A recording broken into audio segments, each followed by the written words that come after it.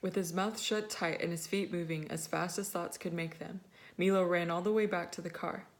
There was great excitement when he arrived as Tuck raced happily down the road to greet him.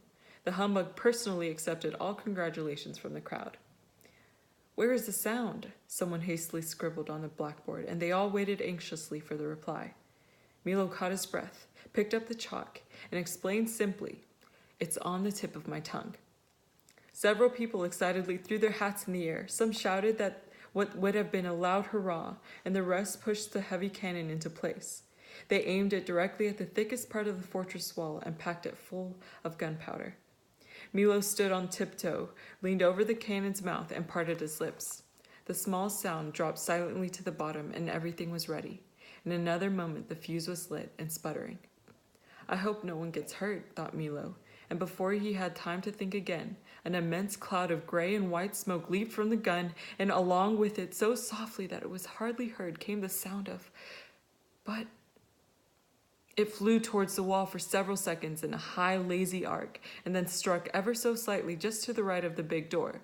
For an instant there was an ominous stillness, quieter and more silent than ever before, as if even the air was holding its breath.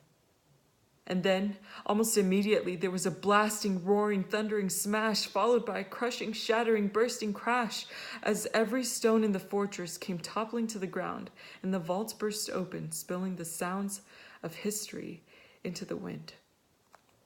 Every sound that had ever been uttered or made, from way back to when there were none, to way up to when there were too many, came hurtling out of the debris, in a way that sounded as though everyone in the world was laughing, whistling, shouting, crying, singing, whispering, humming, screaming, coughing, and sneezing, all at the same time.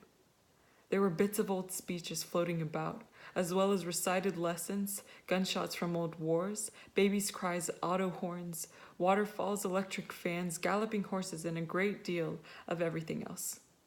For a while there was total and deafening confusion.